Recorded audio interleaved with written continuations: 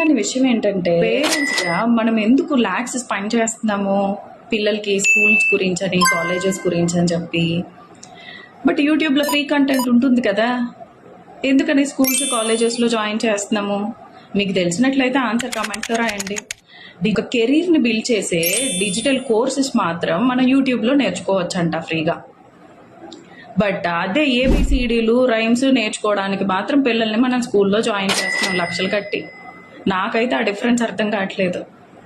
ఒక systematic process ఉంటుంది, teachers ఉంటారు, గైడెన్స్ ఉంటుంది, డిసిప్లిన్ ఉంటుంది. కాబట్టే మనం స్కూల్స్ కాలేజెస్లో పిల్లల్ని చేర్పిస్తాం. కానీ యూట్యూబ్లో వచ్చే ఫ్రీగా ఉంటుంది చదువుకోండిరా అని చెప్పి యూట్యూబ్లో ముందు మనం కూర్చోబెట్టట్లా.